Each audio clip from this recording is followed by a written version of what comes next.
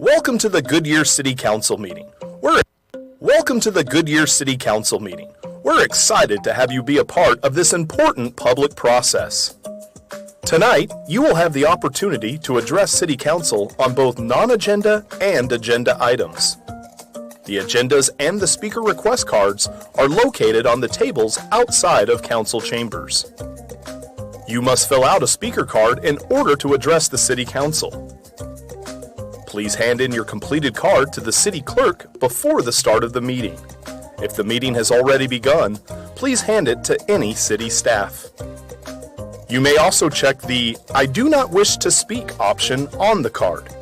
This allows you to still voice your opinion on an item on the record without having to speak. In accordance with the Americans with Disabilities Act, please contact a city staff member if you need any assistance. Public comment on a non-agenda item will take place during the citizen comment portion of the evening. These are items that don't appear on tonight's formal agenda. The city clerk will call your name when it's time for you to speak. At that time, please approach the podium and tell us your name for the record. You'll have a maximum of 3 minutes, and there is a timer visible from the podium. When the light changes from green to yellow, your time is coming to an end. When the light turns red, your time is up. Note that you may also choose not to speak if other speakers before you have said what you wanted to say. Shouting, cheering, and loud noises will not be tolerated, and violators may be removed for disrupting the meeting. Goodyear City Council meetings stream live on Facebook, YouTube, Twitter, and online at goodyearaz.gov. Follow the city's social media pages so you don't miss out on all that's happening in Goodyear. Thank you for coming to this meeting and being an active part of your city. And remember, it's a great time to be in Goodyear. I'd like to call the regular meeting to order for July 11, 2022. City Clerk, please call the roll. Let the record reflect that all members are present. Could you please join Councilmember Kano in the Pledge of Allegiance and invocation?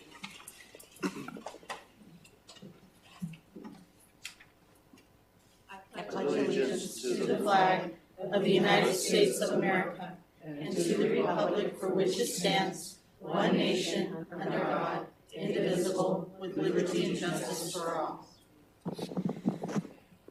Dear Heavenly Father, we welcome you to our first meeting of the new fiscal year with the spirit of thanksgiving. We have cast our vision, made our financial plans, and submitted all to you. We give thanks for our provision and our ability to serve our residents with excellence. We ask for discernment as we continue to navigate national and global uncertainty and the ability to see ahead if there's any substantial problems headed our way.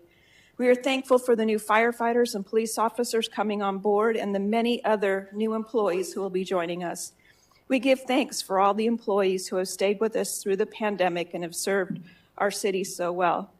We also give thanks for our many residents who are willing to serve on boards and commissions, even many of whom are here tonight.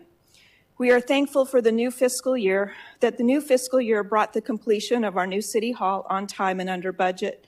Where there had once been a dream of a city center that did not come to fruition, we are blessed to call our new civic square our new city home. Thank you for a new beginning. Lord, please continue to protect our law enforcement, firefighters, and military against all dangers seen and unseen.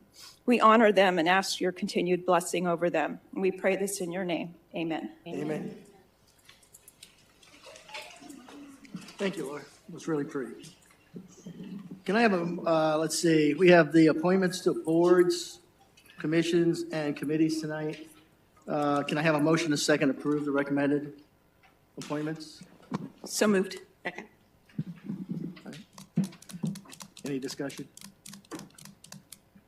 Oh, can I? You got one? Go ahead. I just want to thank everybody here tonight that's volunteering and helping our city out. As our mayor always says, that our city is so great because of all the people that volunteer and help us out. So thank you very much. Agree 100%. Anybody else? All right, with that, can I get a motion? Wait, I got that right. All in favor? Aye. Aye. Any opposed? Ayes have it. All right, go ahead. Okay, I have the members of the Judicial Advisory Committee, please come forward.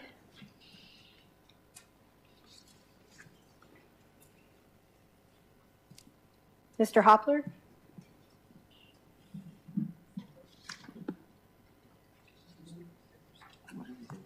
You want to do it?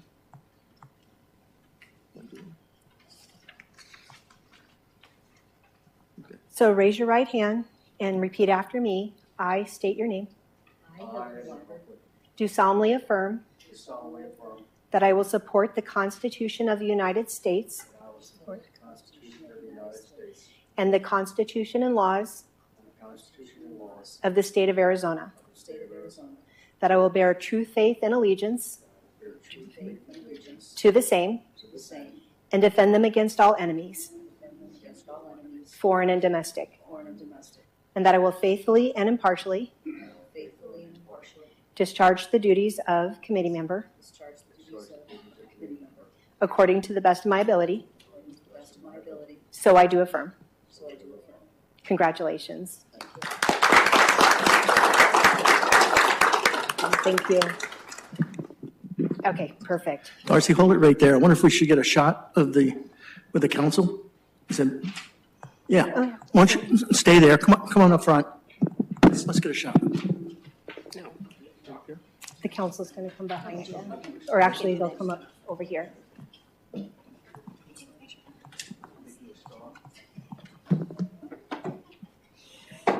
Oops.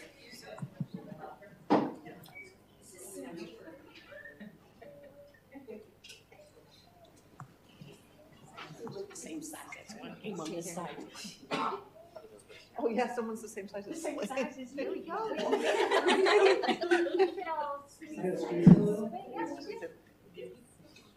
No. Come on, you cannot be behind it. Nice try.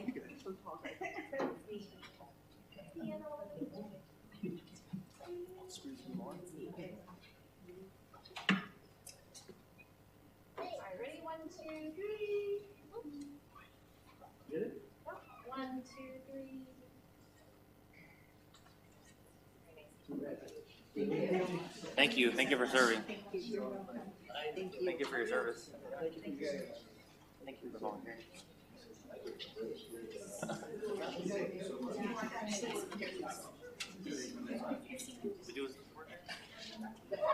Don't go too far. I have 2 more committees. I don't think they heard. We have 2 more committees. So can I get the members for the General Plan Committee? General Plan Committee.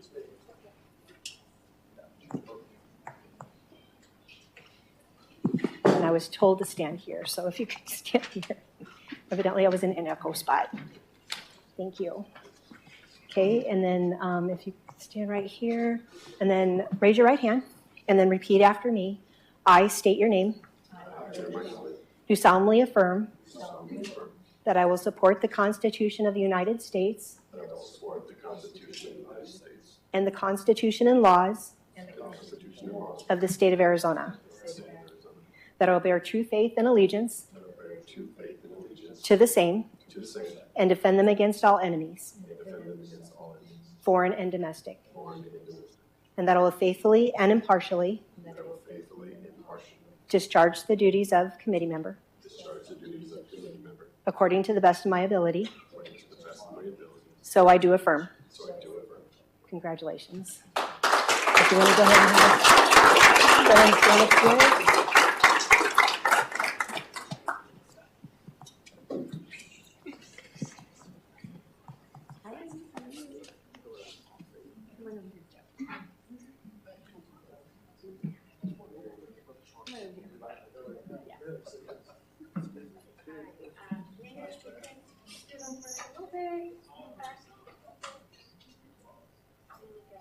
Maybe over a little bit more. Alright, 1, 2.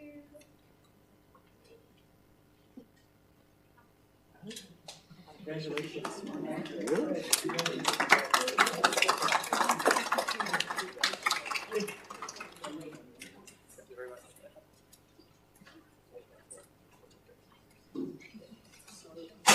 Can I get the members for the Youth Commission?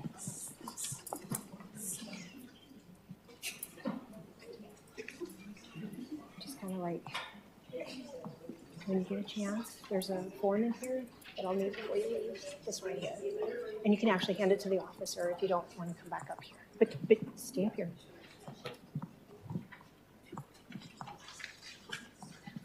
You need your packet? Okay. Okay. So raise your right hand and repeat after me. I, then state your name. Do solemnly affirm. That I will support the Constitution of the United States. And the Constitution and laws. Of the state of Arizona. That I will bear true faith and allegiance. To the same. And defend them against all enemies. Foreign and domestic. And that I will faithfully and impartially. Discharge the duties of Commissioner. According to the best of my ability. So I do affirm. Congratulations. So you need a packet? Does anybody else? Okay, if you guys want to go ahead and come up here and I'll get your packet. Thank you.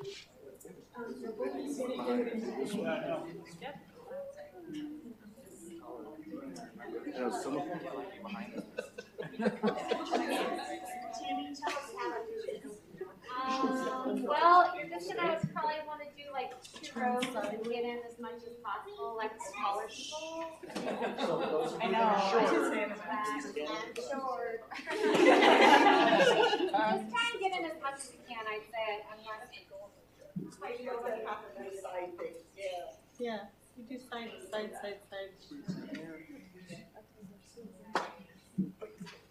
Mayor, I want to see a little bit more of you. I want to take it. Maybe in a little bit, and then Councilmember Bray. There you go. Solid. All right, ready? 1, 2, 3. All right. You got it? Yes. Hey, thank you all. Wait. Thank you, guys.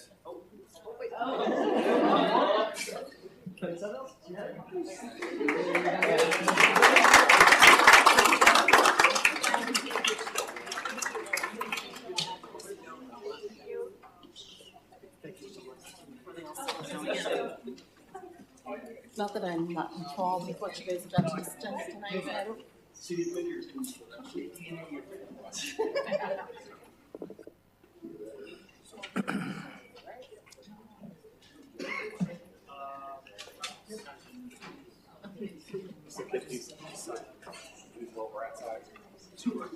Darcy.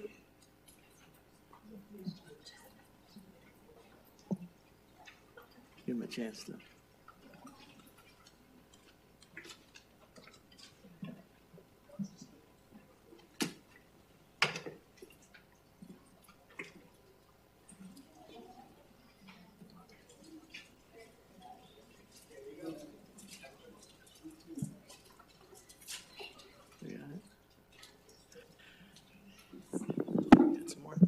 Yeah, that's awesome.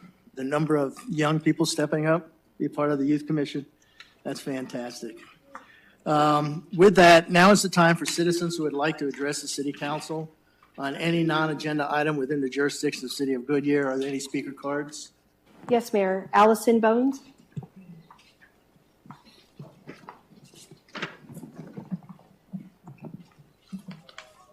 Before you start, Allison, let me read this for you. Yes. The council will listen to comments and may take any of the following actions. Respond to criticism, request that staff investigate and report on the matter, request that the matter be scheduled on a future agenda.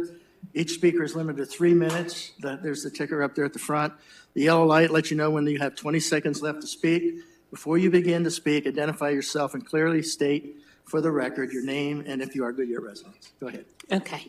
Thank you, Mayor Pizzillo and Vice Mayor Hampton and esteemed council members. My name is Allison Bones, and I am here tonight as a resident of the City of Goodyear to talk with you about a cause that's very near and dear to my heart, and that is Team for Travis. Travis was my 4-year-old son who passed away of an undiagnosed rare disease that was only discovered after he died. This was in 2018, and in the time since, I have created this nonprofit foundation dedicated to raising awareness about the disease and helping to work with the researchers who study the genetic causes so that we may hopefully someday develop a newborn screening or a genetic test so that other parents don't have to experience the grief that I did. And I have some of these brochures I will leave with you. One thing that is important to us, next month in August, it marks both what would have been Travis's 8th birthday as well as the 4th anniversary of his death. And as such, we have an awareness month with several events, including a proclamation from Arizona Governor Doug Ducey declaring August 25th as the Team for Travis Asplenia Awareness Day. And so I invite each of you to check out our website and just help us raise awareness about this very important cause. Thank you. Thank you. City Manager, can you get us some information on this, on, the proclamation and things that happened in the past? Sure will. Thank you, Mayor. Okay, thank you very much. Any other speaker cards? No, Mayor. Anybody else like to speak? Okay, with that being said, with the city clerk, let's see, please read the consent agenda items 2 through 15 by title only. Number 2, approval of minutes. Number 3, amend the 2022 General Plan Committee bylaws and update the terms of committee members appointed to the General Plan Committee to end upon referral of the general plan to the voters. Number 4, recommend approval to the Arizona Department of Liquor Licenses and Control, DLLC, of a permanent extension of premise patio permit request for liquor license number 012070012124 for Cantina at Presidio located at 18209 West Calistoga Drive, Goodyear, Arizona 85338. Number 5, recommend approval to the Arizona Department of Liquor Licenses and Control, DLLC, of application number 197154 for BJ's Restaurant and Brew House for a new Series 12 liquor license. BJ's Restaurant and Brew House is located at 14950 West McDowell Road, Goodyear, Arizona 85395. Recommend approval to the Arizona Department of Liquor Licenses and Control, DLLC, of application number 198840 for El Tataki Sushi Fusion Express for a new Series 12 liquor license. El Tataki Sushi Fusion Express is located at 790 North Estrella Parkway, number D and number E, Goodyear, Arizona 85338. Number 7, approve budget transfers. Number 8, approve the creation of CIP project 60108 for a Fire Station 183 diesel tank replacement and authorize related budget amendments. Number 9, adopt resolution number 2022-2254, approving and adopting the City of Goodyear Title VI implementation plan dated February 2022. Number 10, approve intergovernmental agreement with Arizona Department of Public Safety for Goodyear Police Department State Farm Stadium off-duty services.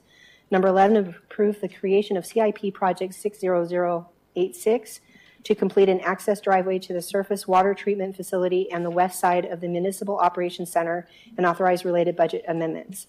Number 12, approve the acceptance of a special warranty deed related to the Sendero lift station site. Number 13, approve the map of dedication for West Ardmore Road, subject to stipulations. Number 14, approve the map of dedication for South Sendero Drive, Phase 3, subject to stipulations.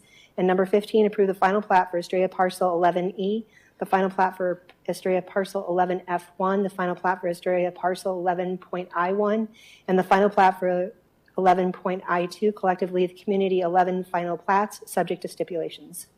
Thank you. Does anyone on the council wish to remove an item from the consent? Seeing none, can I have a motion in a second? So moved.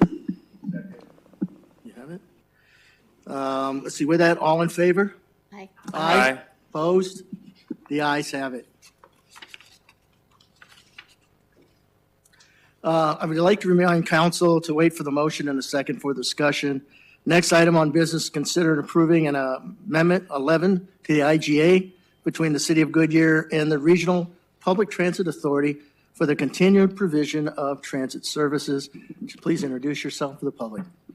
Good evening, Mayor and Council. Christine McMurdy, Project Management Coordinator for the Engineering Department. Tonight, I'm requesting your approval of the renewal of our intergovernmental agreement with Valley Metro to continue providing transit services in Goodyear and sharing with you this very unique and difficult year in transit.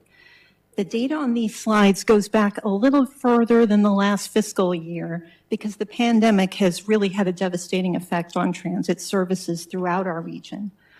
And while some of the impact touches Goodyear in the form of higher rates on our paratransit service, the cautious approach the city has taken to limiting our transit investments may have kept us from taking a harder financial hit.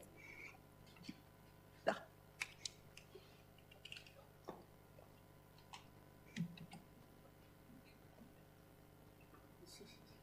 better move. There you go. I should have checked that. Okay. Okay. So while the federal government CARES Act became a lifeline to continue transit operations, we didn't really have a similar resource to instill trust in passengers that normally ride transit. So bus operators were most vulnerable. That being the case, we had to shift boarding to the rear of the bus to better protect the bus operators. When you shift your passengers to the rear of the bus, they are not close to the fare box. And without the fare box, we were left without any passenger counts that could really be reliable. So the chart on your left kind of gives you a picture of when the shutdown occurred, which was around March of 2020. And at that point, everybody is boarding in the back of the bus and they're basically waving their fare card in the air. But for folks that were paying cash, basically they got a free ride, which is why the CARES Act became critical to continuing transit services.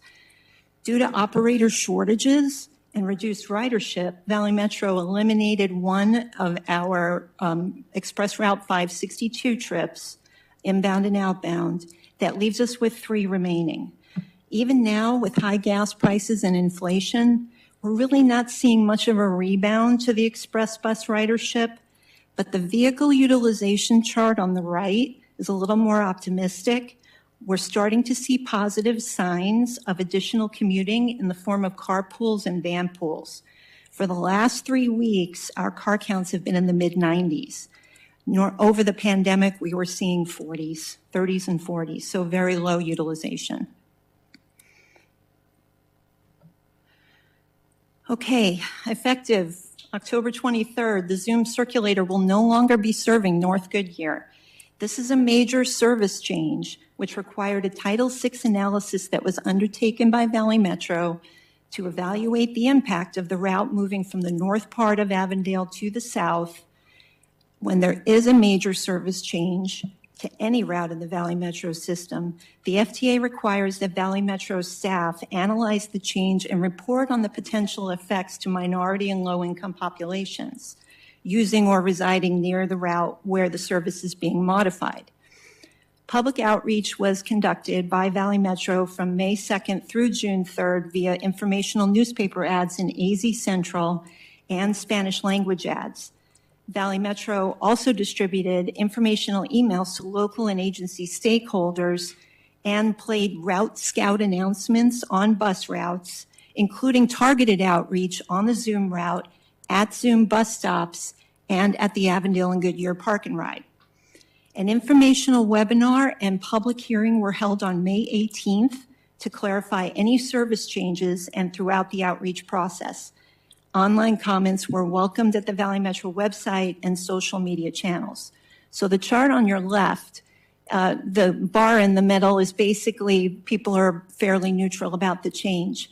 But more to what we really want to see is the positive impact that bar on the far left, that's about 27 responses. And then the bar on the far right with the negative impact, most of those responses are from Avondale residents who probably are not aware that basically what's happening is on the map on your right. The north part, or the purple line on the map, represents where the Zoom route currently operates. The green line on the bottom of the map is where the Zoom route is going to move to.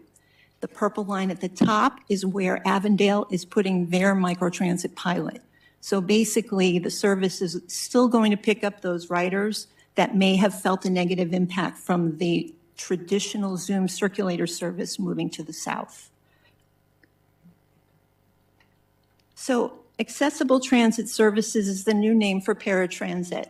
We're looking at both our dial-a-ride service on the left and our ride choice service on the right. The arrows in the middle of the chart here indicate ridership, it's not cost. So what we want to see with paratransit is dial-a-ride remaining relatively low, ride choice is definitely gaining ground, which is something we really do want to see. In 2019, when staff brought forward the ride choice service to our ADA certified residents, it was with the hope that this less expensive ride choice service would be more appealing than the expensive dial-a-ride service. Dial-a-ride service is mandated. We cannot eliminate it. We have to continue to use it, but we want to encourage folks to choose the ride choice service. It's actually a better ride for them. They get to ride alone. Dial-a-ride, they're going to be on a bus and sharing the ride with others. The dollar amounts indicate our increases. The $68 per trip is almost double what we paid in fiscal year 22. However, it's possible with an upcoming contract change that could go down. The ride choice cost per trip you're seeing remains flat. We paid the same amount last year. And as we move away from Zoom, this is where most of our transit revenue from lottery funds is going to be spent. The most notable impact to both services as we begin fiscal year 23 is the post-pandemic reality that it is very difficult to recruit frontline staff, which resulted in an increase in the cost per trip rates for all the cities in the region because contractors need to offer signing bonuses and increase wages in order to keep vehicles on the street.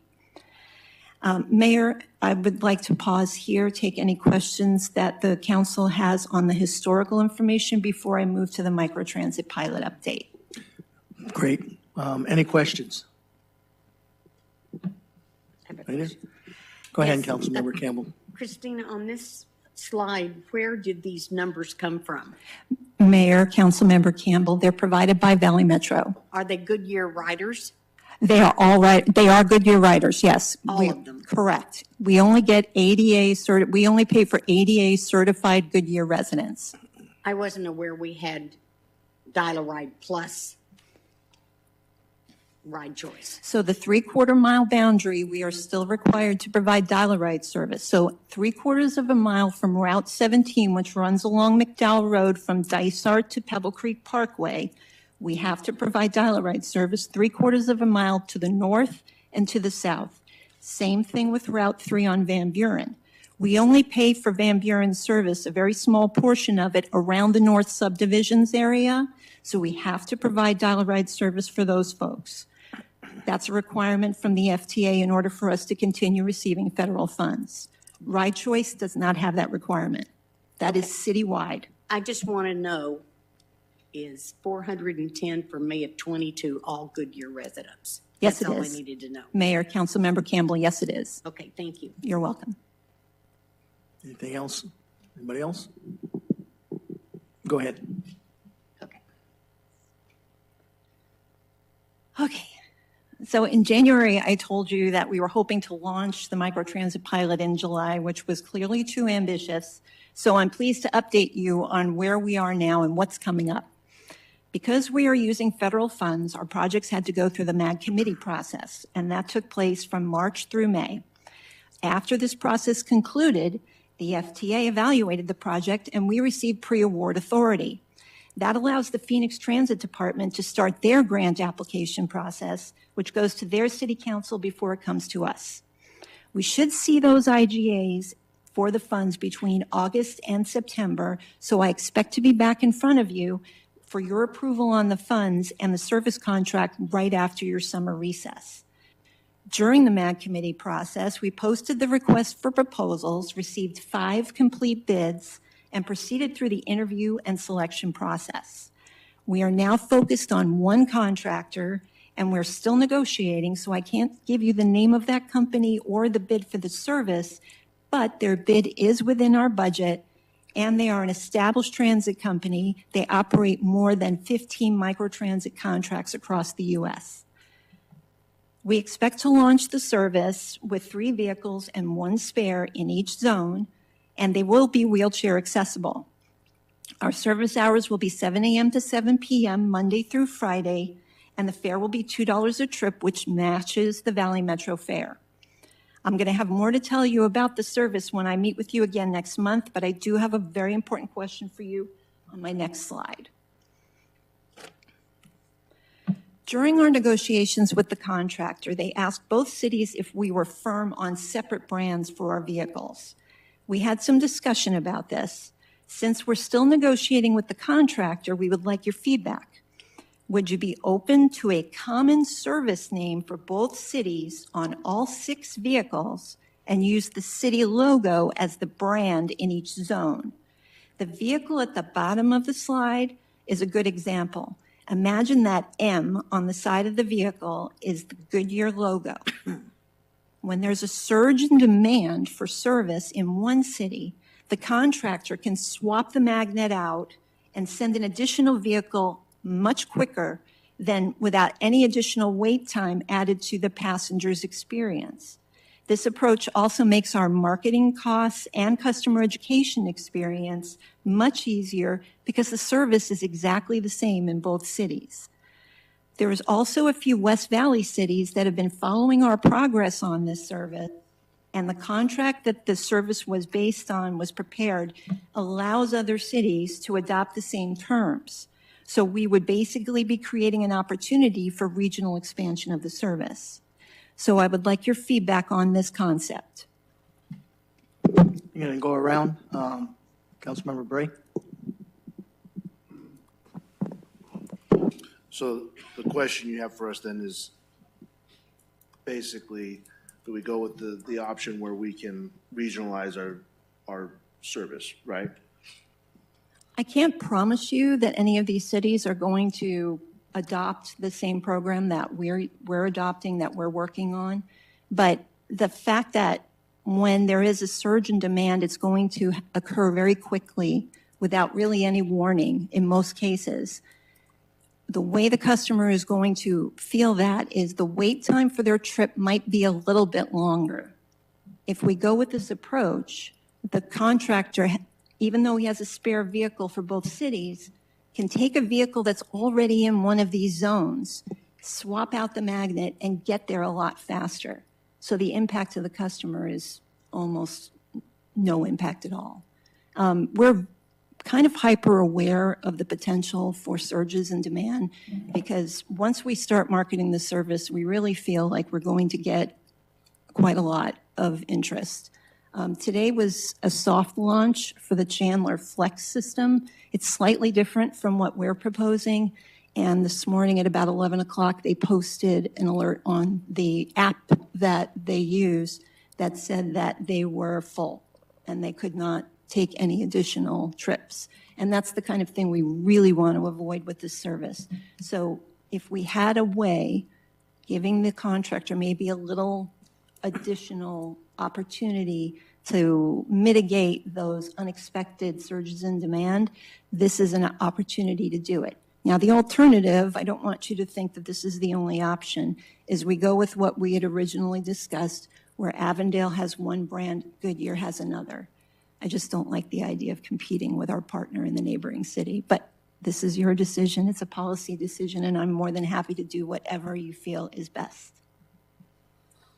I would lean towards having the flexibility for the region, especially if it takes off. We don't want to start off on a good foot and then stumble, right? I guess ultimately it comes down to then watching the costs on that, making sure that us or Avondale or anybody's not getting overcharged in that usage. But I would opt, I think, going towards the flexibility. Councilmember Stipp.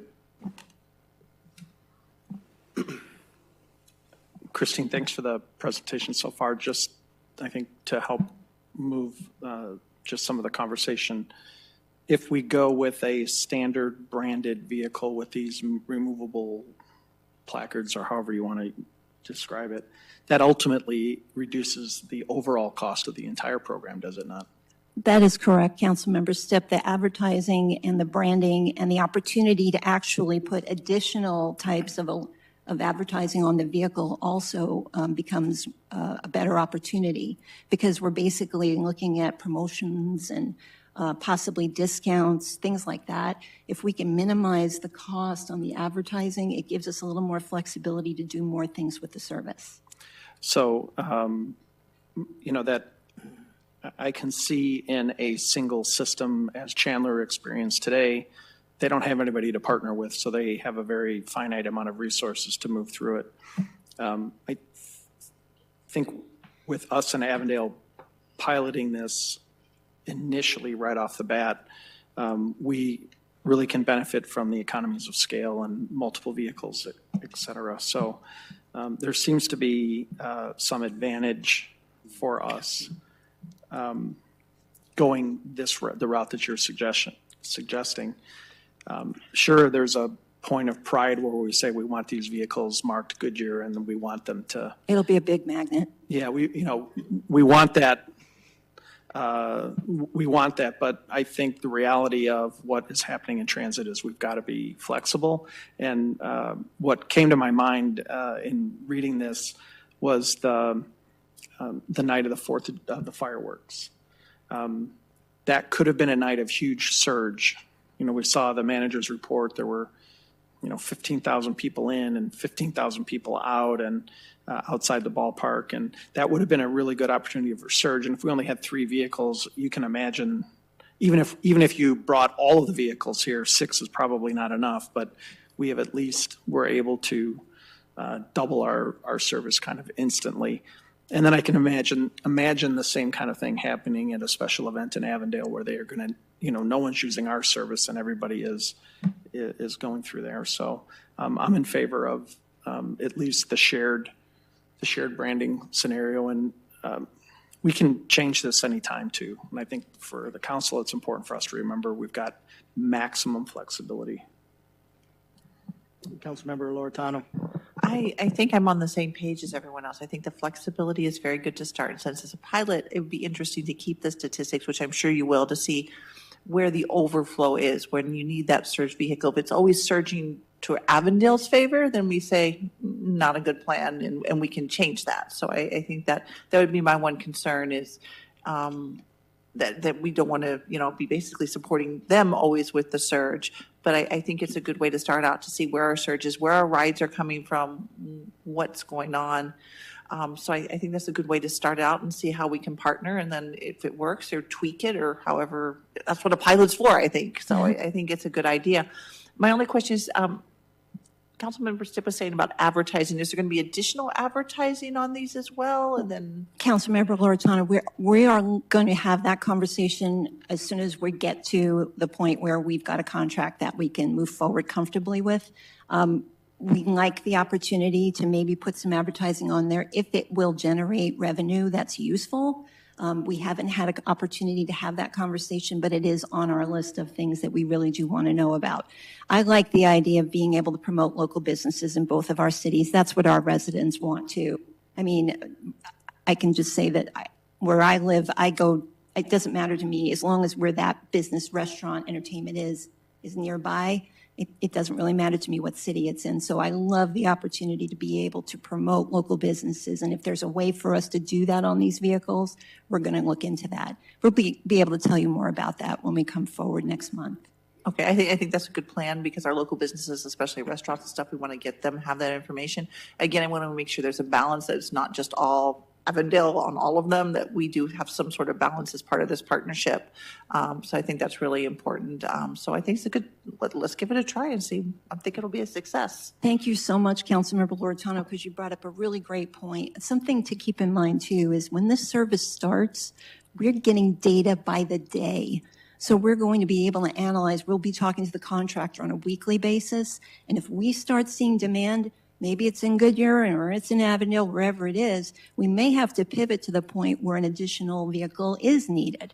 And if that's the case, we're going to capture that relatively early on. So we will be monitoring the service I can tell you I'll be looking at data every day, but basically we'll be reviewing on a weekly basis with the contractor and making decisions as we go. So you may see more updates about the service once we're underway through the manager's report, because that comes out on a weekly basis. But thank you very much. Councilmember Kano. I'm very excited that we're getting closer to implementing this pilot. And I think the greatest flexibility would work to our advantage. And I think we're going to have to pivot as we do this. So I definitely support that recommendation. Thank you. Councilmember Campbell. I just want to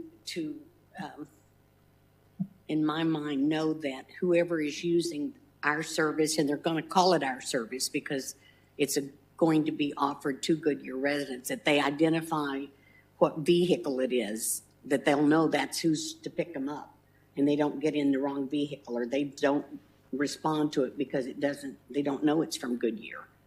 And I don't know if that's critical or not, and I don't know if we could have something that they stick on, and take off and that sort of thing. I just know that when sometimes seniors get confused, and I want to be sure that they know who to get in the car with and who to come home with. Thank you, Councilmember Campbell.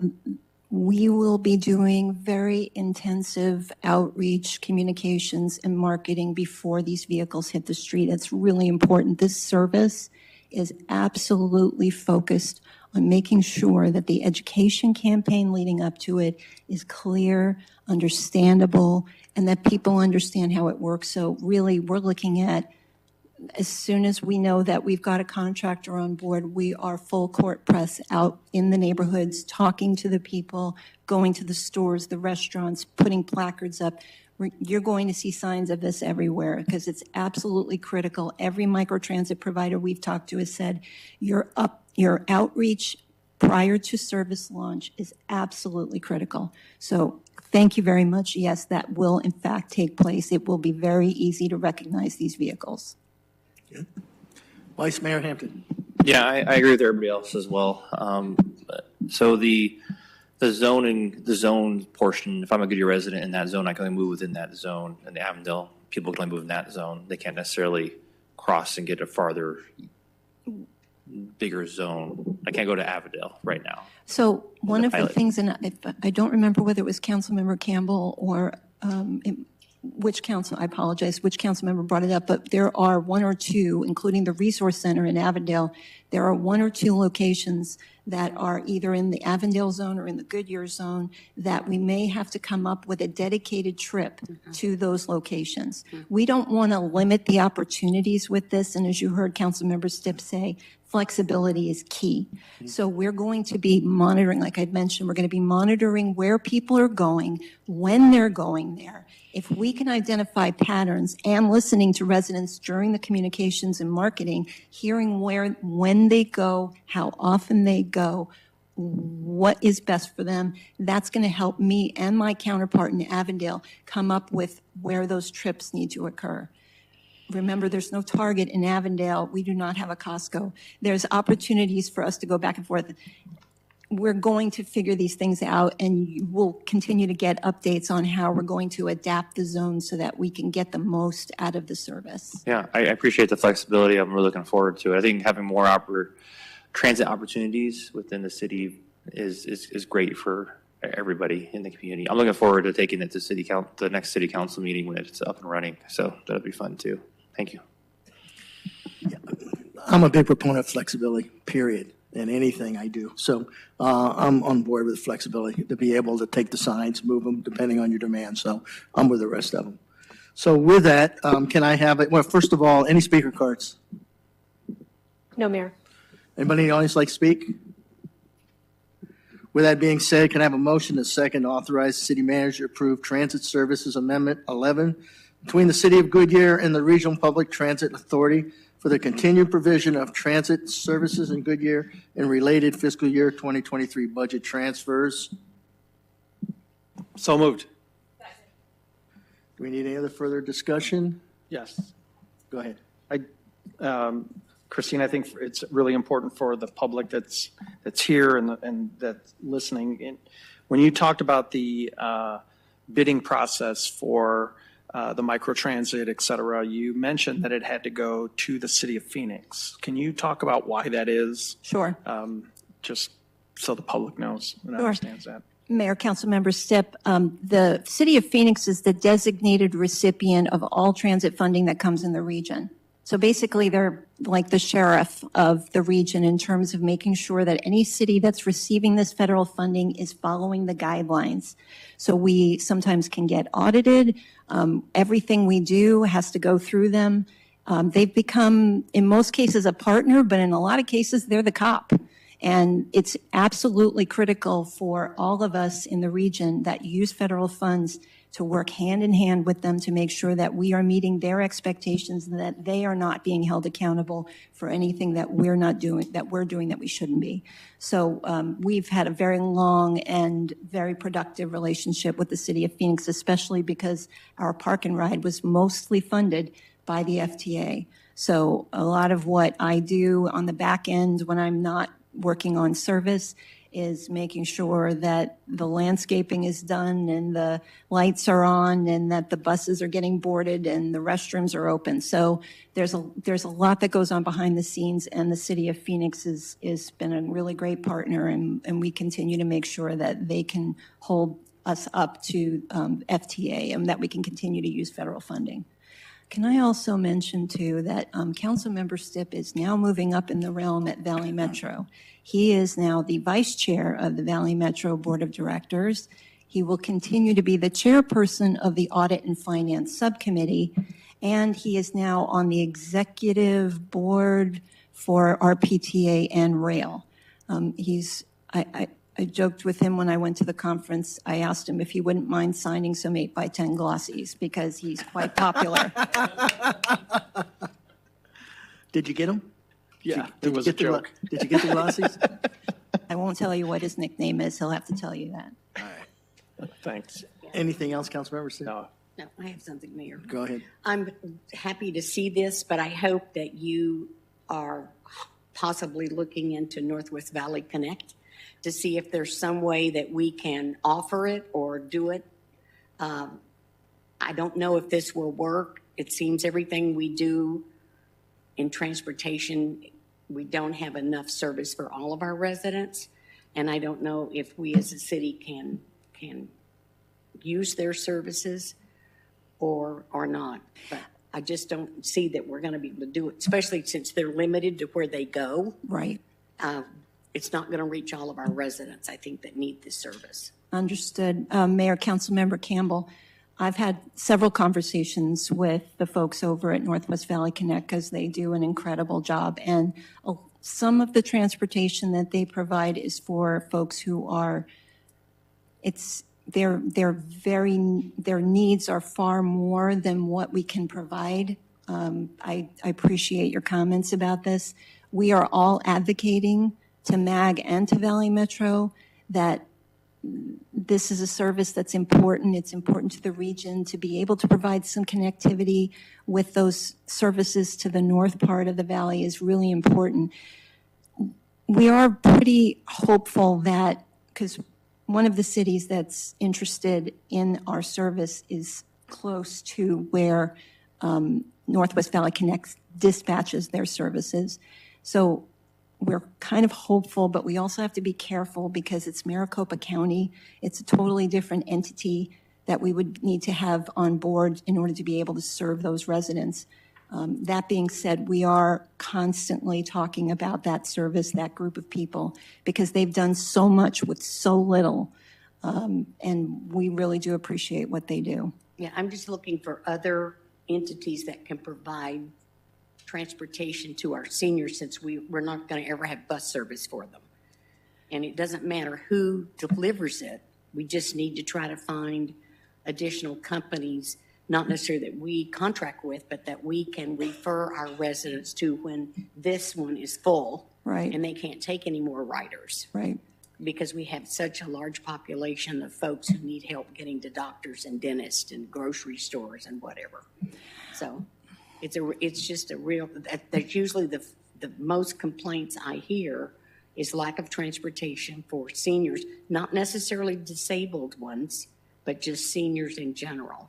So thank you very much for looking into it. Thank you, I'm just Mayor. always Thank you, interested to Councilmember find out Campbell. if there's anything else we can be doing. Anything else? Okay, with that, all in favor? Aye. Aye. Opposed? Ayes have it. Thank you. Last item on business is the Goodyear COVID Response Small Business Assistance Program.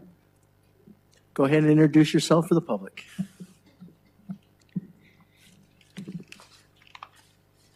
Thank you. Good evening, Mayor and Council. I'm Dara Mann, Economic Development Project Manager and Manager of the Innovation Hub.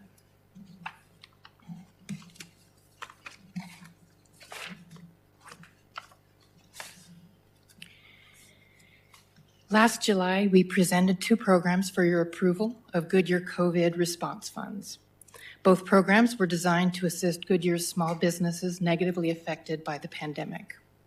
The first is the Small Business Relief Grant, where $2 million was set aside for brick and mortar businesses that had been negatively affected. And the second is the Technical Assistance Grant, where $1 million was set aside for home-based and brick and mortar businesses.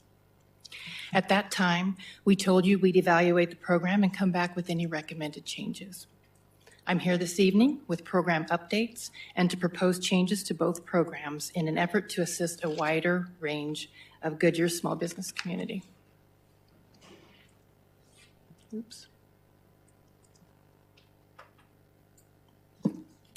First, we used a variety of marketing channels to spread the word about both grant programs. We had our own website.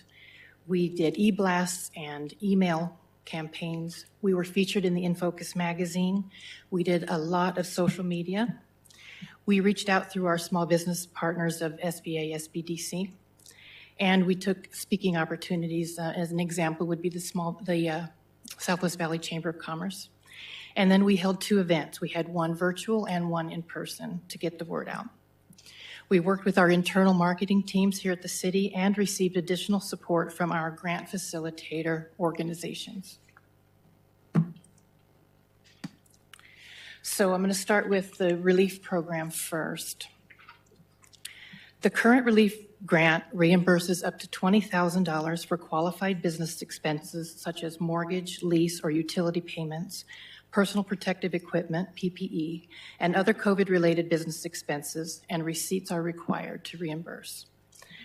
Per council direction to help Goodyear's smallest, hardest-hit businesses first, who either didn't apply or may not have qualified for CARES Act funding, eligibility was limited to brick-and-mortar businesses with 25 or fewer FTE, having experienced a 25% or greater reduction in revenue due to the pandemic.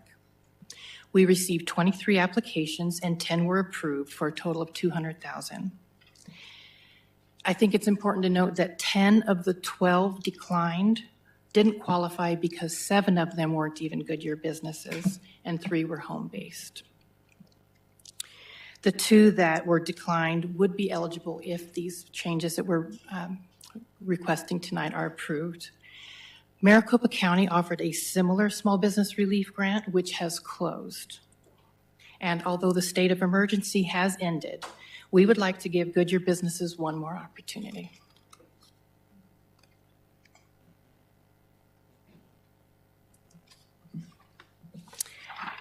So here are the proposed changes for the relief grants. We are recommending modifying the relief grant program and opening the application window for one final round. We propose increasing the upper limit of gross sales from $3 million to $5 million and allowing for businesses with 250 or fewer FTE, reducing the revenue loss due to COVID from 25% to 15%. These changes stay within the SBA definition of small business and meet ARPA thresholds. Businesses who were eligible before can reapply. However, any business who received relief grant funds previously would not be eligible to receive additional funds in this round. The table on the right shows businesses with revenue higher than $3 million would receive a slightly larger grant. If approved, we would accept applications through August 31st, 2022. Funding for qualified applicants would be completed by September 30th, and then this ARPA program would sunset. All unallocated portions of the relief grant funds would then be reported under the COVID revenue loss category.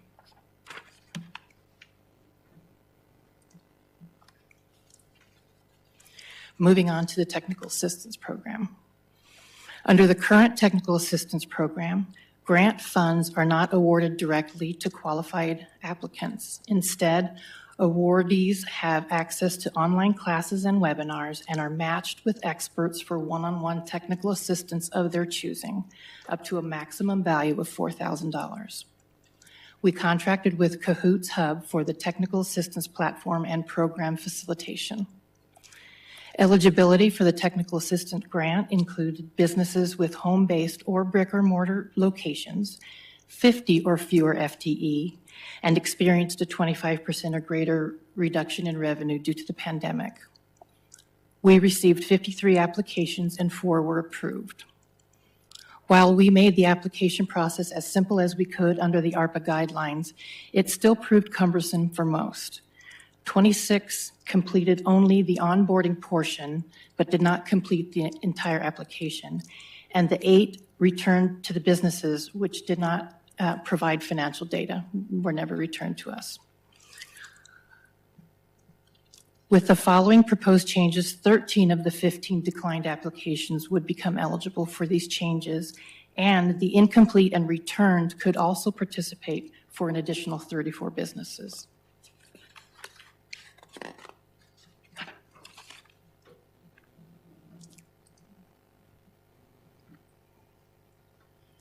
Our recommendation includes restructuring this program away from the ARPA funding and simplifying the application process. A permitted Goodyear business with less than 5 million gross sales and 250 or fewer FTE would be eligible to take advantage of the technical assistance regardless of economic decline due to the pandemic. Businesses who were eligible before can reapply. However, any business who received technical assistance funds previously would not be eligible to receive additional funds in this round. Other Valley communities are offering small business technical assistance separate from ARPA, which eliminates the burden on the business to provide financial documentation. We would like to supplement the online experience with an in-person speaker series, as well as an Arizona Small Business Association, or ASBA, Premier membership. Similar to a partnership ASBA has with Surprise, the Goodyear Elevates membership would be a 2-year membership, providing access to capital, health and business insurance, marketing tools, and discount services. That's shown in the table on the right.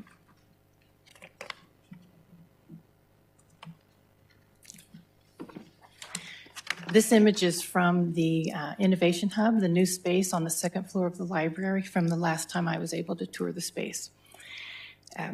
Our recommendation includes program support beginning with a marketing blitz to inform Goodyear business. Finally, we'll leverage the assets already in place at the Innovation Hub and dedicate additional efforts to assist Goodyear's small business community through the grant application process and provide opportunities for hands-on learning to help them get comfortable and confident utilizing the online portal.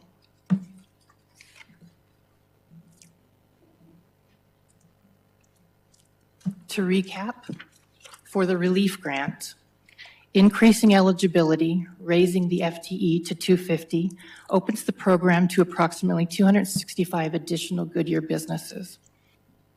We've optimistically estimated $260,000 in additional grants for a total of $508,000 ARPA funds expended. We're proposing a short application window and sunsetting the program in September. At that time, all unallocated portions of the relief grant funds would then be reported under the revenue loss category.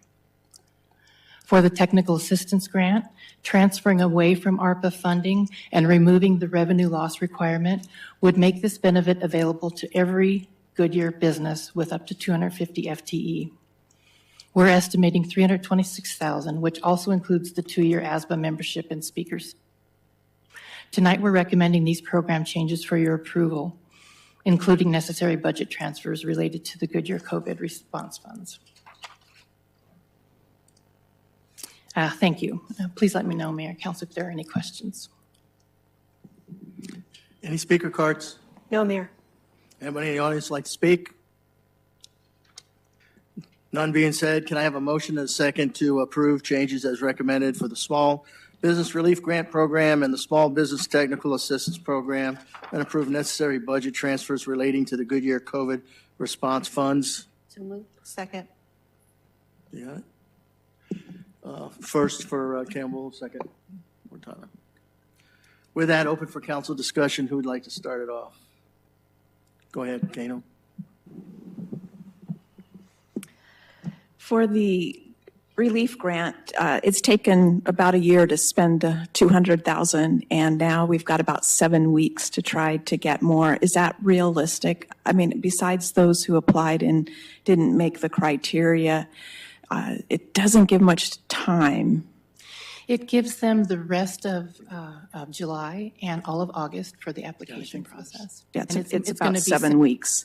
Much simplified than what it was before. It is Thank you. more simplified? Okay, because I didn't, yeah, it's hard to know how cumbersome the application process is, so you've streamlined it? Yes. Okay, so you think there's a pool of people readily available, and you have the time and the wherewithal to do the full outreach needed to connect? Yes. Okay. And we'll continue to utilize our partners with that as well. Okay, and is there, for the technical assistance, it doesn't look like there's a sunset for that. It's just going to be, is that ongoing? Oh, thank you, Councilmember Kano. Yes, that one would go for the 2-year period, which was the original thought process, was through the December 2024. Okay, very good. Thank you. Thank you. Councilmember Campbell? So by making both of these easier, will you reach out to the ones that didn't fill out the application correctly or didn't respond with the right data so that they will have an opportunity to use a simpler form? Yes, thank you, Councilmember Campbell. They will be contacted and they won't need to reapply because we already have all of their information. The ones that didn't complete the application obviously will have to do that, but for the ones that were declined for whatever reason, they won't need to reapply. We'll just reach out to them individually. Okay. How many businesses do you think you'll be able to help? You award all the money? For the relief grant or for both? Both of them. Because I'm assuming one company can't get both. They get either or. Right. Excuse me, let me get my. I'm sorry. That's okay. I don't want to give a number that it's not true. So for the relief grant funds, we are estimating 10 businesses at the full 20,000 amount, which would be about 260,000 more dollars. Okay. For the technical assistance program, we're looking at about 75 businesses that we're assuming would, and that's in alignment with what Avondale's doing for theirs. They have about 75 participants. Okay, and are you going to require all of these businesses to have a Goodyear business license? Yes. Okay, thank you very much. And we can help them, Councilmember Campbell, we can help them through that process as well. Very good. We'll be utilizing. They may not know how to do it. Right. And they really may not know they need to do it. So thank you for doing that, giving them that We were assistance. finding that, yes, thank you so much. And we'll be able to utilize the new Innovation Hub space at the library to have office hours and provide one-on-one mentoring to them if they need help with either the application process or the technical assistance portal. If they're uncomfortable with that in any way, we can help walk them through that. And the portal company is willing to come to the library and conduct some classes so that there's more familiarity when they log in. Okay, thank you very much. Vice Mayor? You answered a lot of the questions I already had, but I do appreciate you revisiting this and trying to help the small businesses that were hurt the most during the COVID timeframe. So, and I appreciate making it simple, the one-on-one attention, and trying to utilize the money that we were given to help out the small businesses in our community. So thank you. Thank you, Vice Mayor Hampton. Just a quick question. Just recap on your numbers. Is there a cap on both programs? A cap on the I mean, it amount? can't go above the amount of Correct. allocation out there. Because I remember many years ago, the state had something on, I think it was credit for electric cars or something, but they didn't put a cap and they almost, went bankrupt because they spent more money than they thought. But there is a cap, cannot go above X, right? Yes, Mayor Pasillo, the amount that we have reserved just for this and no more. No more. Okay, thank you. With that being said, anything else? Then all in favor? Aye. Aye. Opposed? Ayes have it. Thank you for the Thank you. presentation. Thank Does council have any comments, commendations, or reports on current events they want to talk about? Councilmember Stipp. Mayor, thank you. Actually, for the manager, just kind of in general. Christine went through a lot of the stuff tonight on all of our different public transportation services. Can we try to break that into a simplified chart that talks about the difference between dial-a-ride, ride choice, microtransit, and where the Northwest Valley Connect where it reaches into the city, so the whole council, in as simplified a version as we can get. And I say that more for me than anybody else, but I think that would be helpful. I'm not suggesting that we have this Friday, but sometime in the next couple of weeks, because I realize these next couple of weeks are going to be quite busy for everybody. Thank you, and yes, we look forward to doing that. Anybody else? Comments, recommendations? I represented the city Saturday at Mayor Barney's funeral, and it was a beautiful ceremony, and I sat with Mayor Ardmore and Congressman Biggs and his wife, and the council of Queen Creek was very grateful that we were there, and it was a lovely event, and he's going to be missed. Yeah, I appreciate you representing the city there. I really do. Thank you. Anybody else? Manager have anything for us? Other than the move, right?